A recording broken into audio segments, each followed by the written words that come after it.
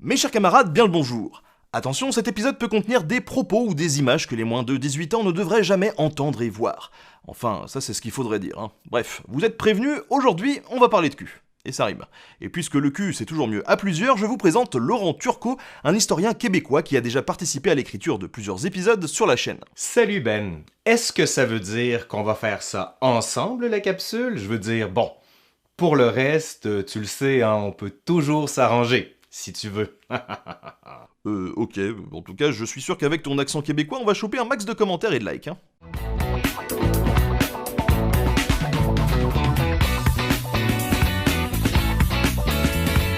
Quand on pense Moyen-Âge, on a toujours cette éternelle image d'une époque crasseuse, barbare et chaste.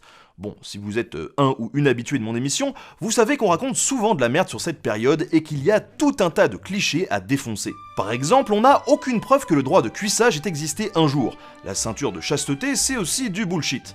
Côté sexe, si le Moyen-Âge est en principe à cheval sur une bonne conduite, vous vous en doutez bien, il savait aussi s'amuser. D'ailleurs, la perception du sexe et des relations évolue pendant les 1000 ans que compose le Moyen-Âge, hein? Par exemple, si la religion est assez stricte, on s'en doute là, sur les règles qui régissent le sexe avant le 11e siècle, eh bien, jusqu'à cette période, les prêtres avaient le droit de vivre en couple.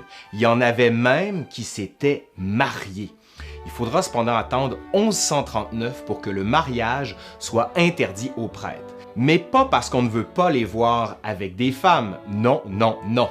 Parce qu'on veut surtout que leur héritage revienne à l'Église. Charité bien ordonnée commence toujours par soi.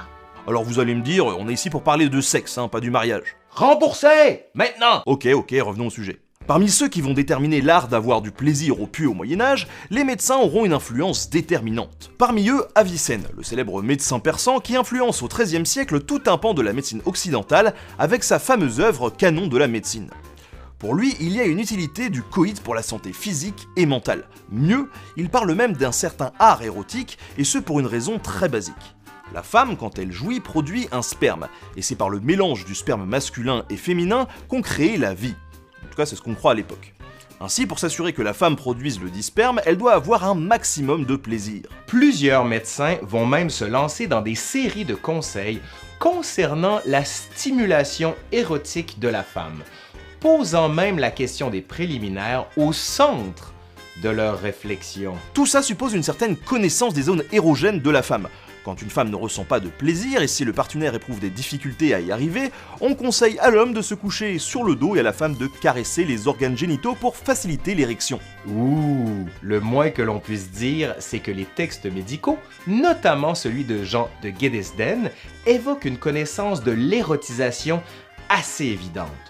Pour lui, les baisers servent autant du côté mental, stimuler l'amour que l'on a pour l'autre, que la mécanique du sujet, si vous voyez ce que je veux dire. Dans certains ouvrages, on va plus loin, beaucoup plus loin même. Le Miroir du Foutre, œuvre anonyme du XIVe siècle, est considéré comme le Kamasutra catalan. On s'adresse aussi bien à l'homme qu'à la femme, et on veut votre bien, donc on va l'avoir. Et ce, par tous les moyens.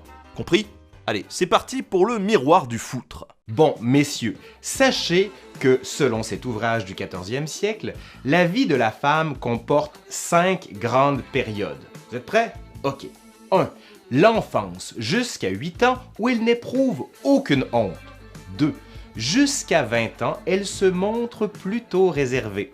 3. Jusqu'à 30 ans et un peu plus, elle est formée et disposée de tout ce dont elle a besoin. 4. Jusqu'à 40 ans, elle aime davantage les hommes, soigne son aspect et prend plaisir à observer. Et enfin, 5, jusqu'à ce qu'elle n'ait plus ses menstrues. Et on peut d'ailleurs lire, je cite, « Sa vue et sa chaleur diminuent. Ses chairs se relâchent, mais restent très utiles à l'homme. » Ah oui, tiens, et tant qu'on y est, on lit aussi dans cet ouvrage, ouvrez les guillemets, la femme est très changeante car chaque mois elle a ses menstrues. Je dis cela pour que vous sachiez à quel moment elle ressent le plaisir et quand elle satisfait le mieux sa volonté et son désir. Fermez les guillemets.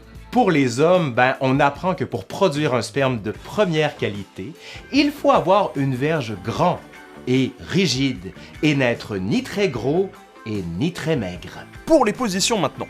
Bon, le plus simple, la femme se couche dans un lit souple, on précise, et l'homme doit se mettre sur elle. Attendez, c'est pas fini, Elle doit avoir les jambes levées et la tête aussi surélevée que possible. L'homme doit mettre sa main gauche sous ses épaules, alors qu'avec la droite, il l'enlace et la rapproche autant que possible. Le moins que l'on puisse dire, c'est que c'est très précis. Oui, c'est vrai que c'est un peu con qu'on soit pas dans la même pièce, on aurait pu mimer. Non. Non. Bref, c'est pas fini. On décrit pas moins de 24 postures qui toutes sont classées en 5 rubriques. Il y a de quoi vous fatiguer un homme ou une femme, et ça tombe bien, Catherine Sforza, dans ses expérimentations, indique la manière de réparer les organes trop souvent utilisés. La plupart du temps, des exercices pour, comme elle l'écrit, qu'une femme semble intacte et devienne très étroite. Bon là vous vous dites, l'église là-dedans, qu'est-ce qu'elle dit ? Elle reconnaît que la sexualité est nécessaire, mais elle essaye de la limiter à la procréation. 2 limites empêchent un couple d'en profiter comme bon lui semble. La première, assez logique, tient au cycle menstruel de la femme. La seconde, au cycle liturgique. Les époux doivent s'abstenir de tout rapport sexuel le dimanche. C'est le Seigneur qui se repose. En plus de ça, le mercredi et le vendredi constituent des jours de deuil. On interdit donc les rapports. Ah oui, et comme il faut préparer son dimanche, on conseille aussi de s'abstenir le samedi. Question de se préparer. Ajoutons aussi les 3 carèmes, chacun de 40 jours, soit avant Noël, Pâques et la Pentecôte. Ouais, on a un peu l'impression qu'ils nous la font à l'envers là. D'après des estimations, si un couple respectait tous les préceptes de l'Église, il ne pourrait faire des parties de jambes en l'air que de 91 à 113 jours par an. Wow, pas beaucoup quand même, La grande question, est-ce que tout le monde respectait ça ? Eh bien oui et non. Non parce que certains étaient enclins au plaisir, et oui parce que la non-observance risque de transporter la faute des parents sur les enfants.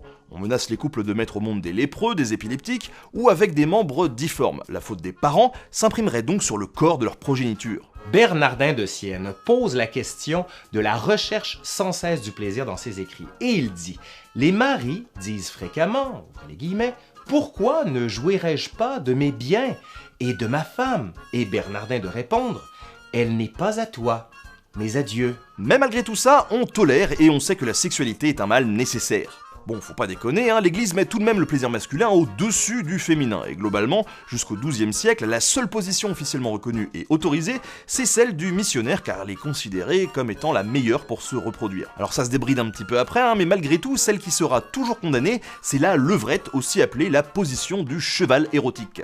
Oh, je vais l'appeler comme ça tout le temps. En étudiant certains textes judiciaires, on s'accorde aussi pour dire que ce qui est horrible et condamnable à l'époque, c'est la sodomie. Et là-dedans, on y fourre un petit peu tout, sans mauvais jeu de mots. C'est-à-dire qu'au-delà de la sodomie classique, on parle aussi de la fellation par exemple. Et ce qui est assez drôle dans tout ça, c'est que si des hommes de loi ont été obligés de l'écrire à l'époque, eh bien c'est que ça prouve que ça se faisait. D'ailleurs, selon Burchard de Worms, un religieux juriste du Xe siècle, certaines femmes voulant stimuler le désir amoureux d'un homme n'hésitent pas à boire son sperme. Oui, vous avez entendu, boire son sperme. Ouais, s'il le dit, c'est que ça doit être vrai.